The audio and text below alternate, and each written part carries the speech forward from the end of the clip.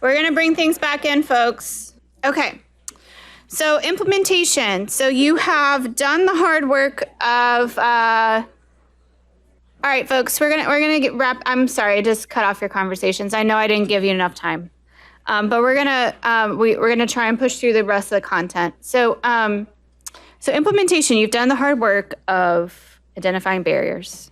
You've worked with community to develop measurable objectives. Now is the fun part. Now you get to start to think about how you're going to leverage the assets within your state to develop programs that are going to meet the needs of the covered populations and get out after what we're all after, which is get digital equity in your state and territory, right?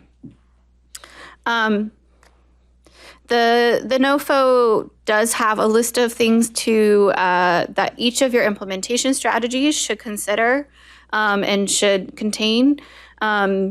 Including, of course, the activities you're going to implement to address the needs of the covered populations. You're going to have to describe how the different strategies address the gaps that you identified throughout the planning process, right? You're going to have to talk about how the specific implementation strategy ties back to the measurable goals and objectives that you already defined. How you're gonna incorporate sustainability. This is really important, and this is what Adam was getting at earlier, is how are these things gonna actually be sustainable beyond these 5 years? How are you going to determine whether these implementation strategies are effective? And then you're gonna look at for partners and stakeholders and collaborators to actually implement these strategies. And you're gonna talk about who those people are, right? So some things to consider that the NOFO asks you to consider are how your strategies are going to tie to leverage other federal funds, including BEAD. They would like you to have a program evaluation plan. I don't think this has to be I've seen and been part of program evaluation plans that were like 90-page documents. I don't think you need to have that for every single one of your strategies within the confines of this plan, but just a basic idea of how you're going to evaluate the effectiveness and sustainability of each of your strategies, right? You do want to have an idea of how frequent you will update the plan and outline that within your implementation section, as well as including the timeline for your plan's implementation. When are you going to implement which sections when? So some best practices when thinking about your implementation strategies. Some of the we talked about digital inclusion programs yesterday and how they can be multifaceted and multi-pronged, and they need to address all the different barriers. So some of the strategies you design may be multi-pronged. So they may have an access component, affordability, device, and also help with some of those other barriers you've identified. Or they may be singular, right? They may just be about affordability. Together, though, they should all work. They should address all the barriers, and they should be complementary, and together be multifaceted. So one strategy may only address affordability, but it should also be paired with other strategies that you develop that address all those other things, okay? And importantly, you didn't collect all those assets in vain, right? You want your to leverage the existing assets that are already available within your state and territory, and to achieve those measurable objectives you set out, right? So some best practices. Actually, Tor cautioned us on being innovative and creative yesterday, and I agree, but I also think there is a lot of room and opportunity for innovation in this field. This is a relatively young field. There's still a lot of things we haven't tried yet, and so I encourage you to try them. But I also encourage you to leverage what's working.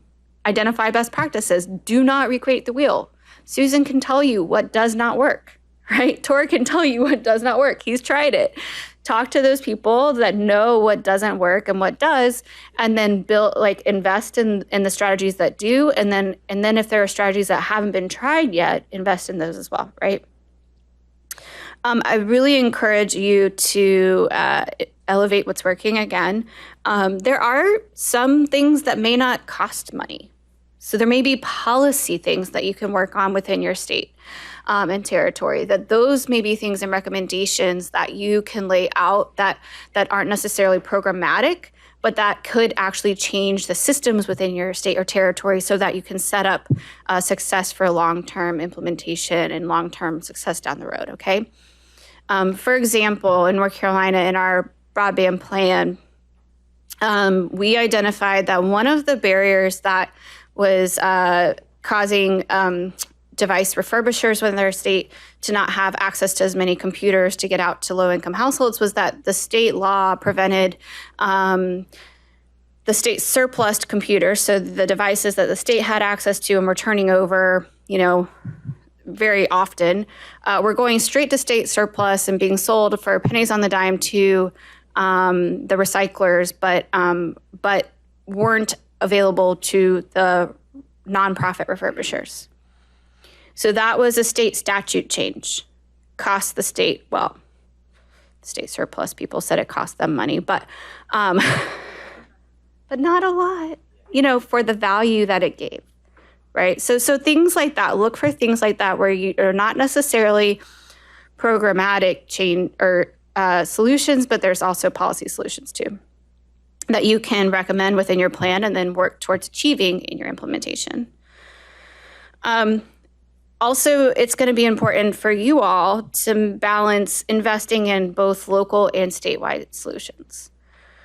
There are, I believe in all of your states and territory, there are people on the ground already doing digital inclusion work, and investing in them and allowing them to grow and succeed is a good strategy, and so you want to do that. There are also areas, I guarantee, in every one of your states and territory where there is no one in that community doing anything related to digital inclusion. And so you'll need to invest in something that's statewide. Maybe it's a state library system, maybe it's your state Department of Ed. I don't know what it is, but something that serves everyone, because you as the state or territory leadership, you have the responsibility of everyone in your state, not just one particular community. So you want to balance those things. You don't want to go too heavy-handed on fully statewide solutions, and you don't want to go too heavy-handed on fully local solutions. There should be a good balance. What that specific split is going to be unique to your state. Equally as fun as the salsa is talking about how to align BEAD and DEA. Yay! Yay! All right, thank you, Munire. We all needed a little pick-me-up. I appreciate it. She's as patient of a salsa dancer as you can find, so we're very grateful for her.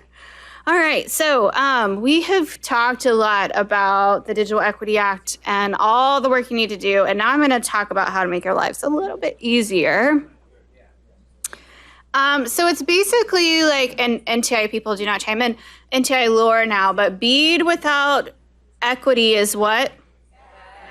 Bad, right? It's like the best and worst catchphrase I've ever heard. It's amazing. But in all seriousness, right? So we've talked about this, but you can have as many pipes and wires to everyone in your community, in your state and territory as you want. But if you don't have digital equity, it's a wasted investment, honestly. It's actually, if we want to get serious, it's a waste of taxpayers' dollars.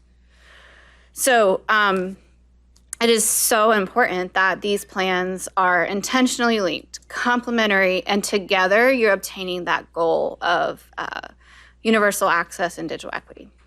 Okay? So what we're going to do in this section is we're going to walk through the BEAD 5-year action plans, the 13 requirements that are in those, and how to align those with the DEA, some specific major categories, or some major overarching ways to do that, and then some specific ways to do that. So that's what we're going to do. And again, BEAD is Broadband Equity Access and Deployment Program. For my own sake, I can't remember. Can y'all help me out here? Which of you are responsible for both plans? Can you raise your hands high, please? Rhode Island, Connecticut, Massachusetts, Maine, Vermont. So all of you? No, there was one state that was it Connecticut? Oh, yesterday you weren't.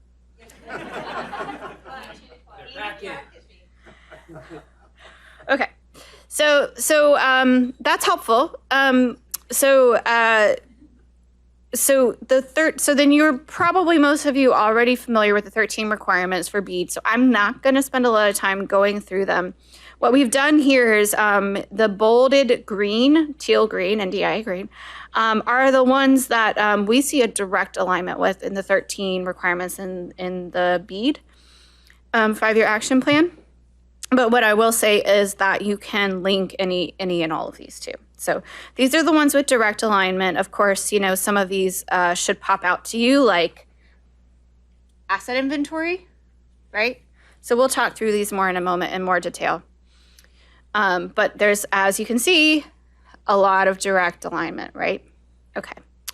So some strategies for alignment, right? You will want to both align the plan developments, right? So aligning your goals and strategies for both of these plans, like what those measurable objectives are, will increase the impact and scope of both.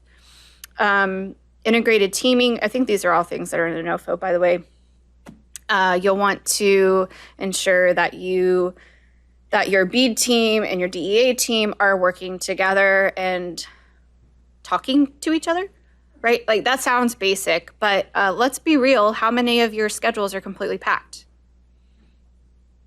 Yeah, all of yours. So you're going to have to actually plan this out. You're going to have to say, we're going to set intentionally, if you have different people working on these different plans in your office, even if you're in the same office, you're going to have to set weekly meetings, maybe biweekly, but very frequent meetings on how you're going to work together and do these things together, okay? Cohesive stakeholder engagement. You're gonna we're gonna talk a lot more about this, but you're gonna want to engage your stakeholders and partners simultaneously throughout the process. Again, making sure your teams are talking about when you're engaging which stakeholders when. And then, of course, there's a lot in terms of asset mapping and data collection that you can coordinate and leverage what each team is collecting in order to inform each of your plans. These are some other requirements or suggestions, rather, from the NOFO that are required in the BEAD NOFO. So, for instance, the list of stakeholders is that you're required to or suggested to work with in the BEAD NOFO is quite long, but it's quite similar to the one in the DEA NOFO. These are the types of organizations in the BEAD NOFO that you're encouraged to work with. And the BEAD NOFO, they call the groups underrepresented communities. In the DEA NOFO, remember, it's covered populations. Reason why, 2 different senators wrote different acts. That's the only reason. But it is, you'll see the list is almost identical. There's a few exceptions. Let's see, LGBTQI plus populations are in the BEAD where they're not in DEA. And then I suppose, yeah, you have individuals with English as a second language or English learners, but not necessarily immigrants. But still, very similar lists, right? You may even want to marry the lists and make one big list, but very similar lists, even if they're termed different. Okay, so let's go through some eligible uses of BEAD funding. Again, I assume all of you have memorized the BEAD NOFO by now.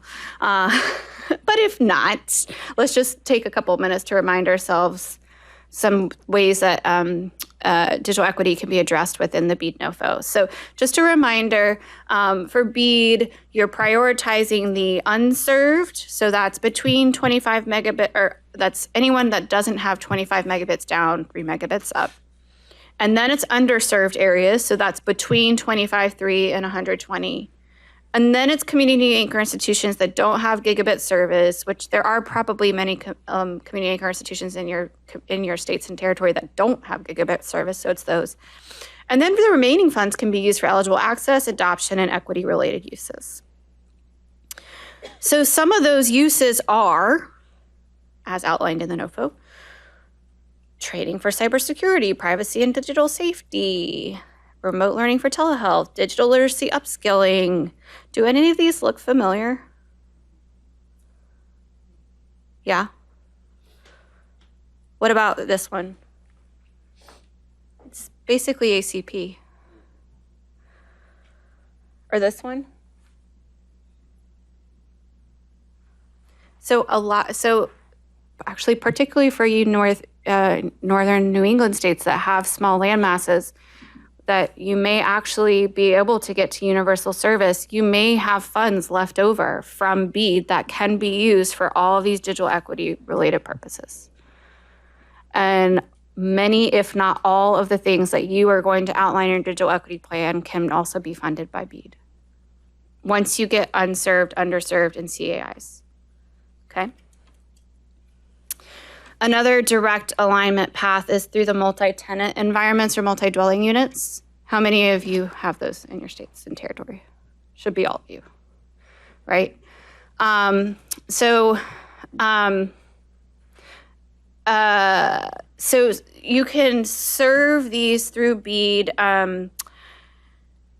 if the multi-tenant environment or multi-dwelling units are in either low-income urban areas or they have a substantial share of the population of the households in that building or that unit that are unserved. And you can, and in this case, unserved means less than 120. So what we'd encourage you to do, so this is a use of BEAD in urban areas in the unserved category. Actually, somebody smarter than me on the NTI team may want to double check. It's not underserved, but it could be unserved or underserved. One thing that's going to be a roadblock in order to do this is first knowing how many of those households would count in this category, which means you need better data for this. The other really direct tie between BEAD and digital equity is affordability. So remember in the BEAD requirements, there's both a middle class affordability plan and a low cost broadband service option that you're required to develop, right? And the NOFO, I actually don't think it's unfortunately, NOFO doesn't have definitions for you. Instead, they like you to create those definitions to meet the needs of your individual communities, right? Because we talked about yesterday, what's affordable to me is not necessarily affordable to my neighbor. So the middle class affordability plan, so essentially what this is getting at is NTIA and the Biden administration saying, we're investing a lot of money in getting access to communities across the country, and this should be available and affordable for all middle class households, right? And so middle class families, basically the goal is that all middle-class families that live within areas of where the BEAD-funded networks will be, that they're available to them to subscribe to these networks at a reasonable price. So you all get to define what that means, okay? And NTI expects that you all will come up with a range of ideas because you're very different, and what is affordable to your middle-class families will be different. So some examples, they expect that some of you may decide to require that BEAD-funded providers offer low-cost, high-speed plans to all middle-class households, or some of you provide subsidies to households that aren't eligible for ACP. Maybe they're on the eligibility cliff, right?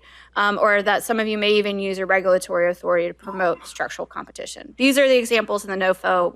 We and they expect you to come up with additional things that may be outside of these. Then you have the low-cost broadband service option. So this is basically NTI, or Congress and NTI would like you to propose the definition of your low-cost broadband service option in your final proposal to NTIA.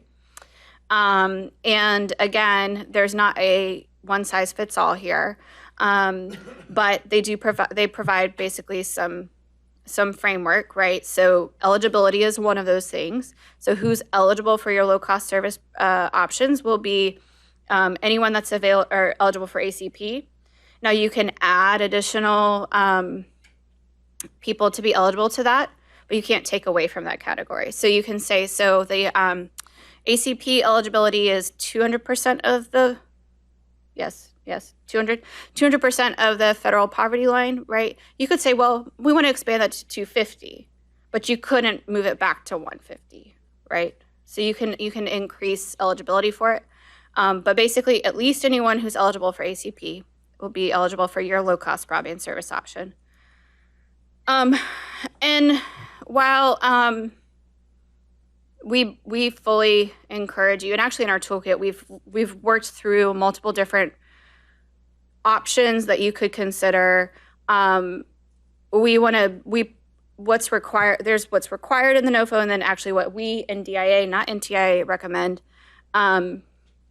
So one thing that we recommend is that you think about identifying speeds that you think are appropriate for this low-cost service option, because the NOFO doesn't ask you to do that, but or it does, but we recommend at least 100 down, 20 up, because if that's what your BEAD funded networks are going to be, equity is everyone having access to the same speeds, not low-income households having access to lower speeds just because they're low income, right? So thinking through things like that when you're creating a low-cost broadband service option, weaving equity through that will make your BEAD plan align more with your DE plan, okay?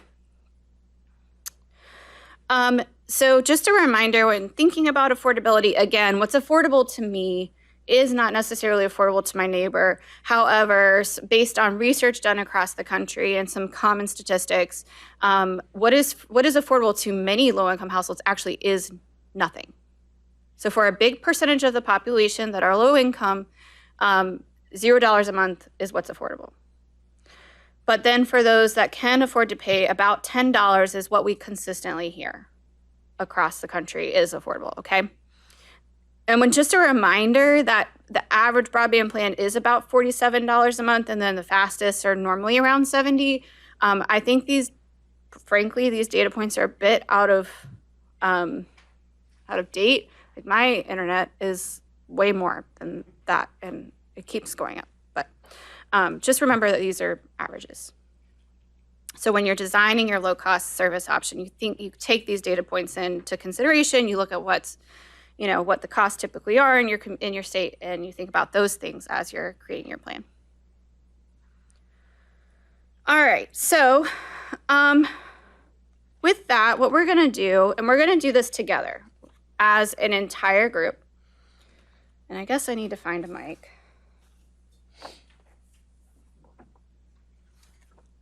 Your last worksheet in your packet, thank you. Your last worksheet in your packet is number 9. And the first column, we have the BEAD 5-year action plan, the 13 requirements there. And in the second column, we've put in the similar DEA requirements. By the way, there's depending on how you count them, there's about 15 digital equity requirements in the DE plans. The third column is our NDIA alignment recommendations. And then the fourth column are any bits of for you to make notes, right? So details on how you would actually make this alignment happen, what data you would need, what information you would need in order to align these two things together, okay? So what we're gonna do is I'm gonna move over here and we're gonna talk through this together. Does anyone have a specific one of the BEAD 5-year action plan alignment criteria that you're like, I don't know how to do it and I wanna work through this as a group? If not, I'll pick one.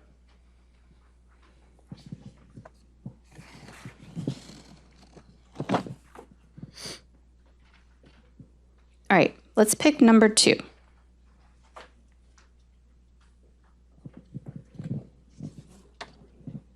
Someone said number 3? Did I hear that right? All right, let's do it. We can do number 3. If I can get the marker to work. Okay, number 3.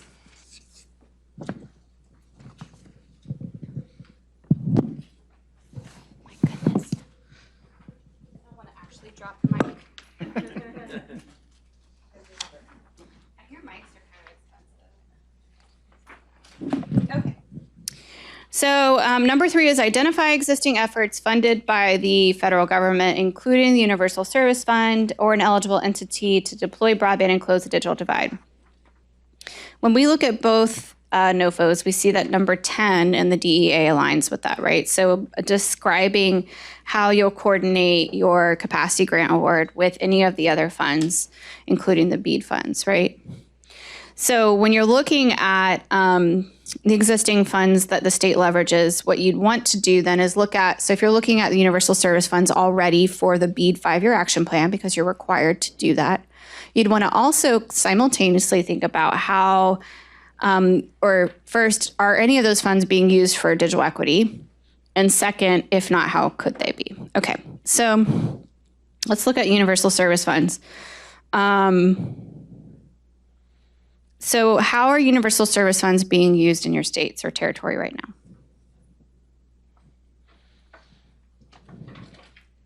So Universal Service Funds are the high-cost program, so that's RDOF or CAF. It's the Lifeline program, which is for low-income households. It's $9.95 a month off your mobile phone-ish, sometimes broadband. E-rate, right? That's for both libraries and schools to reduce the cost, right? And there's the healthcare,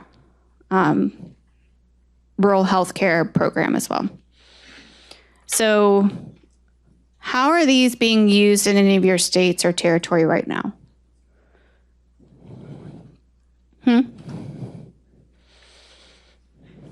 I'll just describe briefly the situation in Puerto Rico. The FCC's, they stood up a parallel process to RDOF for the Caribbean, the Uniendo of Puerto Rico, included Puerto Rico and the U.S. Virgin Islands. And the 2 largest incumbents submitted proposals that were awarded ubiquitously on the island. So 100% of all locations have an enforceable funding source for broadband infrastructure. So just imagine if any one of your states, every single location was awarded during RDOF or CAF2 combined, which makes the importance of the digital equity and the BEAD funding planning extremely important, because largely it cannot go to last mile infrastructure.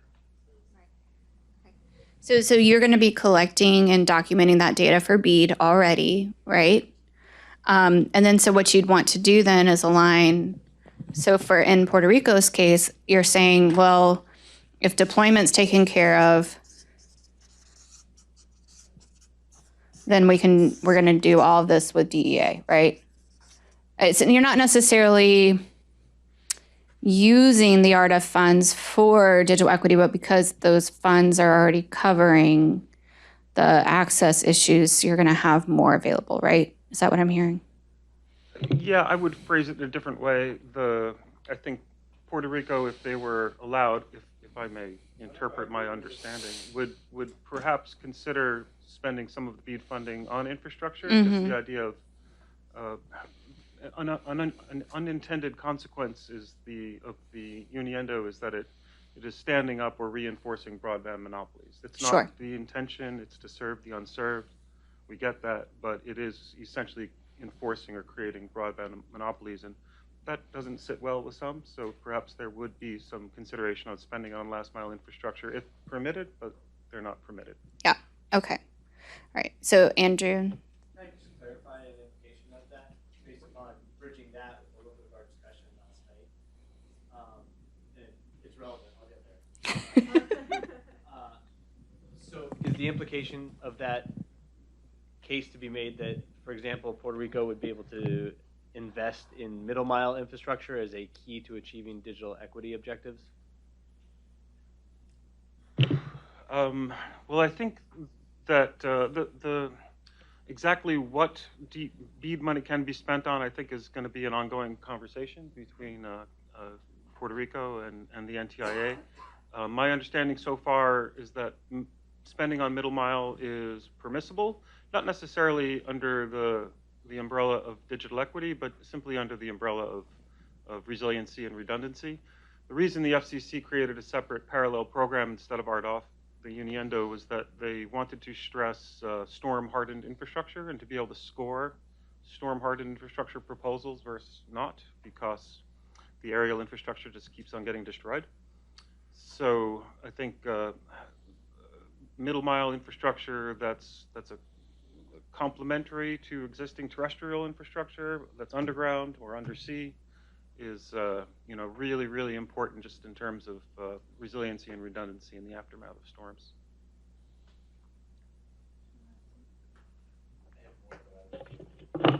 I think, go ahead. The other challenge too is that FCC Uniendo is a 10-year program plan.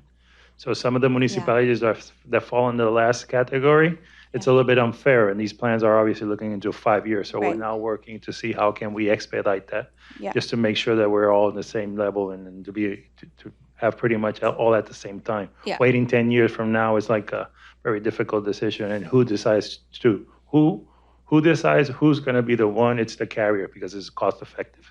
So we're forcing the issue out of how can we expedite that. So I think what you would end up doing in your plan, your DE plan, is you'd outline, you'd be saying what you're using these funds for, that it's not the RDOF, but whatever the fund name is. You'd be outlining that for both plans. So what I'm saying is don't do that twice, right? So use the same justification in what you're saying in the BEAD plan and the DE plan, right?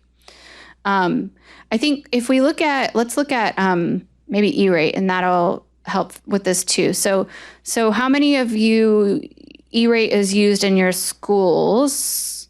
Yeah. What about your libraries? Yes. Yes. I can tell you that's actually not the case across the board. But so one thing you want to make sure is that E-rate, you may want to make sure that all your libraries are using E-rate in all your schools. And if not, learn why, because that could be something that comes out of your planning process, could be encouraging libraries and schools within your states and territories to leverage both, right? So that's one thing you'd be already looking at in your BEAD 5-year action plan, because you have to look at USF. Go ahead and do that also. While you're doing that exercise, look at the digital equity implications. Look at that in DE, and then that can help you with some recommendations. Okay? All right. Let's pick another one.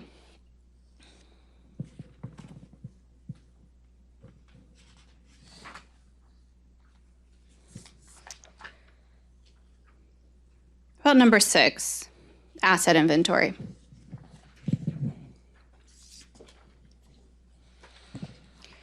So the requirement in BEAD is to include an asset inventory that catalogs broadband adoption, affordability, equity, access, and deployment activities occurring within the eligible entity, and identifies and provides details regarding any relevant partners, such as community-based organizations and CAIs, that may inform broadband deployment and adoption planning.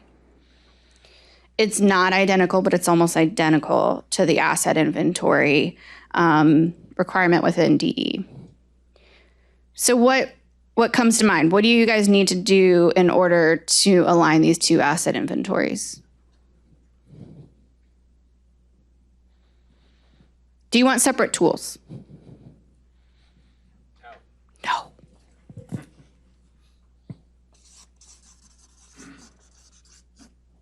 What about, do you want to do this at different times? No.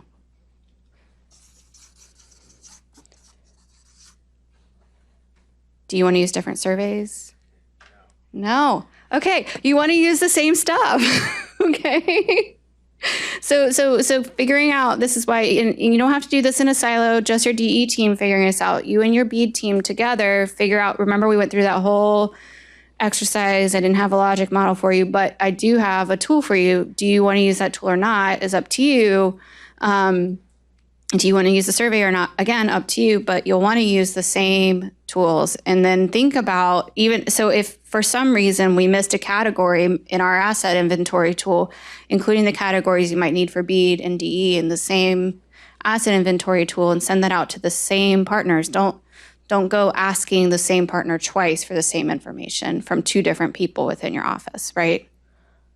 Yes? Okay. All right, I like number 7. Let's do number 7.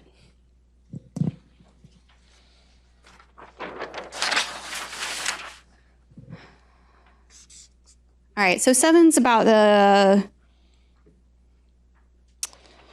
it's basically your community engagement, right? So in BEAD, you're supposed to include a description of your external engagement process, right? And then in DE, you're supposed to describe how you plan to collaborate with key stakeholders, and then your coordination outreach strategy, and then how you're going to partner with folks for your implementation, right? So our recommendation, all right, so, oh, I already messed up.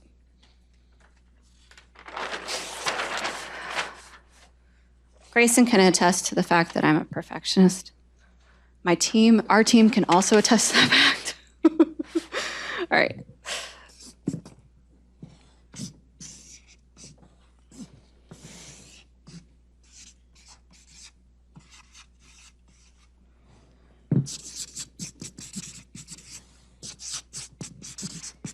All right, so you're already starting on different timelines, right?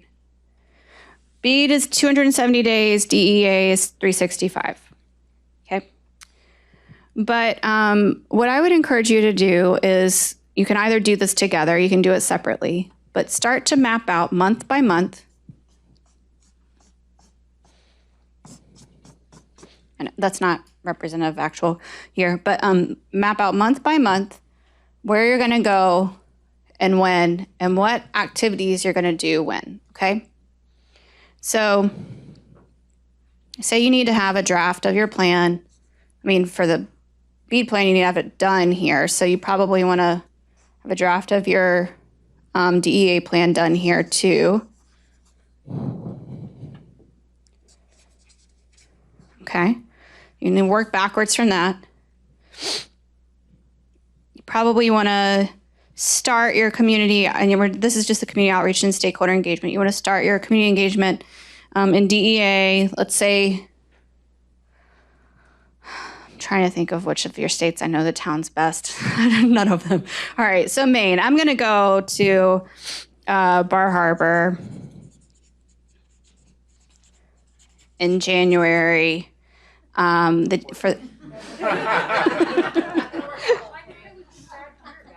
Keep going. You're doing beautiful everywhere.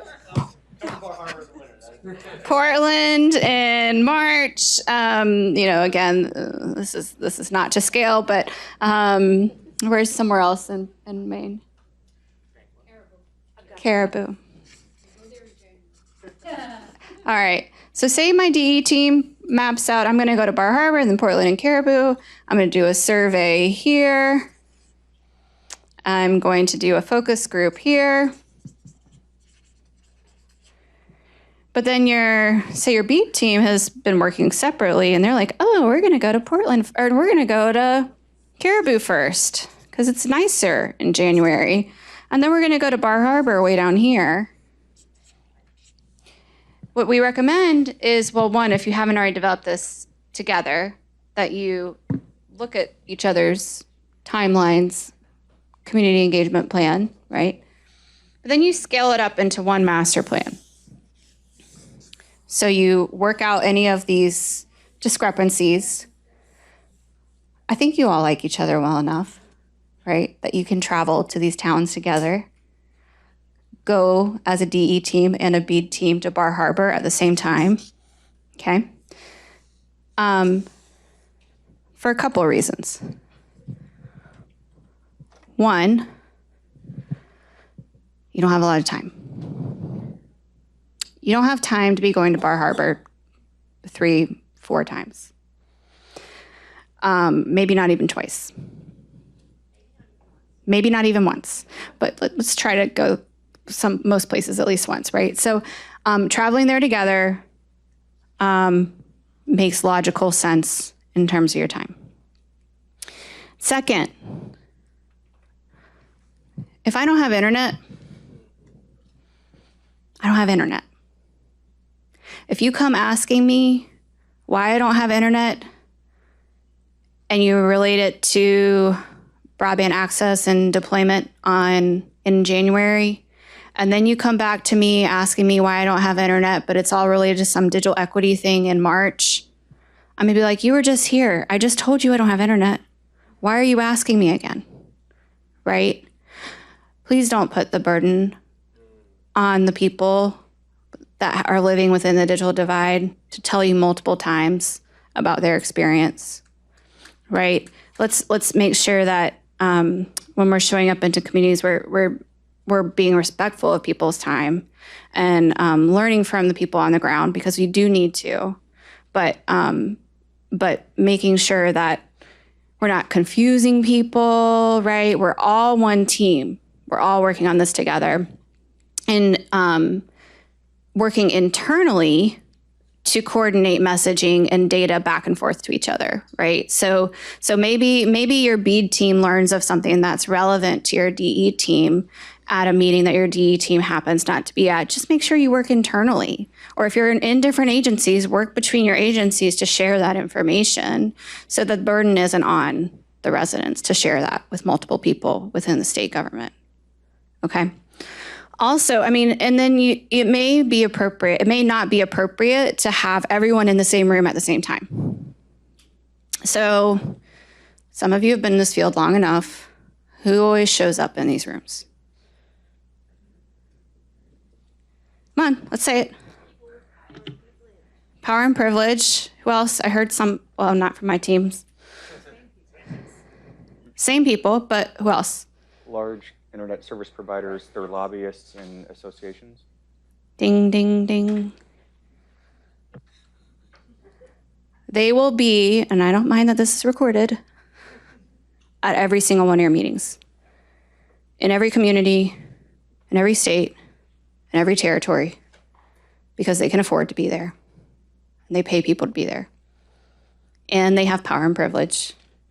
So when they are in the room, plus other people in your community who may have other positions of reason that they're in power, please have a strong moderator present to make sure that people with lived experience can feel comfortable standing up and sharing. If this is a big room and you have a big room, or you may decide it's actually more appropriate to have, you still all go to Bar Harbor on the same day, but you stack your meetings. Maybe you have 3. Maybe you have a meeting with the local ISPs in the morning. In the afternoon, you go talk to a coalition that just got formed. And then you go do some site tours. And then in the evening, you have a big open forum, public meeting, so more people can attend. Okay? So you do want to strategize internally for your own sanity, because you're people too. You need to get home. You need to sleep in your own bed. You're going to be on a traveling roadshow anyways. You don't want to duplicate the wheel here, but also be respectful of the people on the ground. Okay? Does that make sense? Any questions? Can we make the ISPs join via Zoom using the lowest tier? I mean, you can do what you want. Like pouring that glass of dirty water. Okay, are there any other of these that you all want to work through? Otherwise, I think I've made my points. No? Okay, I'm going to turn this off. This is awkward. Over here. We do have a bit of time to have, I did want this. I forgot. Yeah, you're right this time. But actually I'm ahead of schedule, and therefore we have a bit of time to have first of all, see if you guys have any questions or concerns or things that didn't make sense.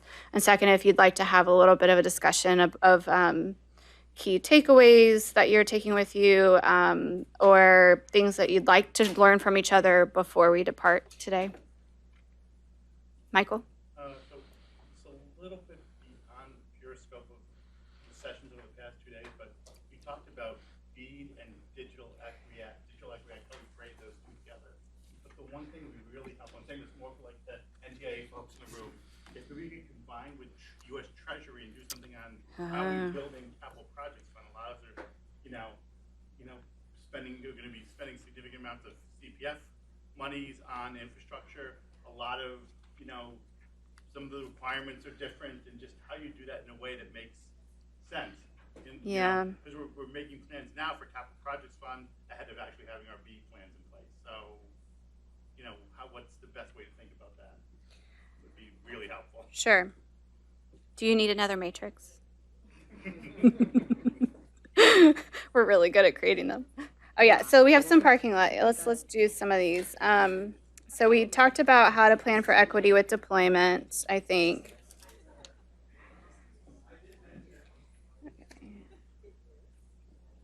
Okay, someone wanted to know about how the plan will inform or relate to implementation, the capacity, allocation of money. I think we talked through that, but your plan will feed directly into your capacity awards, right? And what you outline in your plan as implementation goals and strategies, those will be what I would assume you would use your capacity dollars to do, right? And so therefore, if it's not in your implementation plan, you may have to go back to NTIA and do some justification for why you want to spend money in a way that's not in your plan. So I'd encourage you to really think critically about your implementation section of your plan to make sure it contains what you actually want to be doing for the next 5 years. Does that make sense? Yes, okay. This one is, we need to lay the groundwork and advocate for broadband as a utility. I don't disagree, but yes. I think that's accurate. And again, I think that is both a federal issue, and maybe, some things outside our control, right? But then also local issue as well. Yeah. Anything else?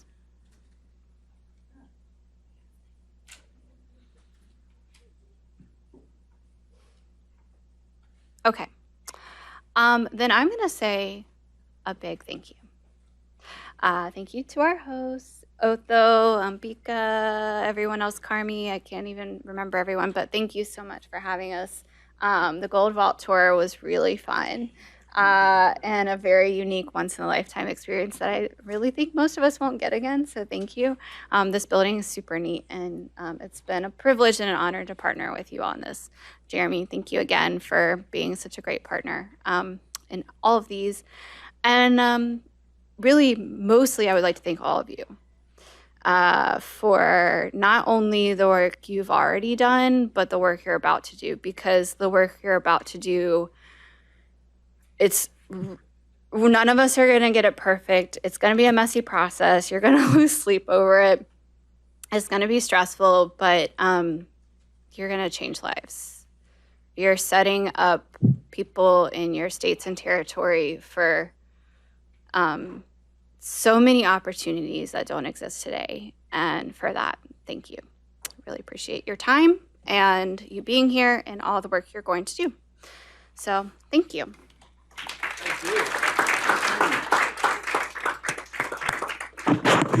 I'm going to close it out and then hand it to Ambika, who will ask you to fill out a survey, and you'll get something, the moleskin notebooks before you leave. But I want to thank you as well. I want to thank NDIA, especially Amy and Muni Ray, for working with us on this project. I want to thank, they were terrific. We want to thank our fellow Fed colleagues, Jeremy, Kansas City, Peter, Boston, Peter, there he is, Richmond, for being part of this journey with us. We're really excited, but we really want to thank all of you in the room. As Amy said, this work requires passion, it requires commitment, commitment to service, and we've seen it in spades in this room. We saw it in the headlines. We saw it in the headline New York, wanting to close the digital divide, with the potential for closing the political divide. Rhode Island, creating an ocean of opportunity. Puerto Rico, I love. I stayed as a result of the digital divide being closed. Live where you live. I love rounding the bases for the digital divide from Massachusetts and Connecticut. What we hope you get out of this is that you've met a whole lot of people. It's going to require, as Susan said, collaboration. It's going to take collaboration from working with people within your states and hopefully collaboration from the people within this room. We hope you collaborate with us at the Fed. As you probably know about the Fed, we're practical. We think about the practical imperative. We know that by closing the digital divide, there are going to be economic benefits from workforce development, improved education, improved healthcare, health equity. But what you all bring to this is you understand the moral imperative. You understand that there's a moral opportunity here. You see the moral imagination, you have the moral imagination to see the world as it should be and as it could be. So we thank you for that. We wish you a fun time in New York, the rest of your hours here. Please come back. We'll be reaching out to you for sure for future collaboration. We hope to have another convening perhaps this spring as well.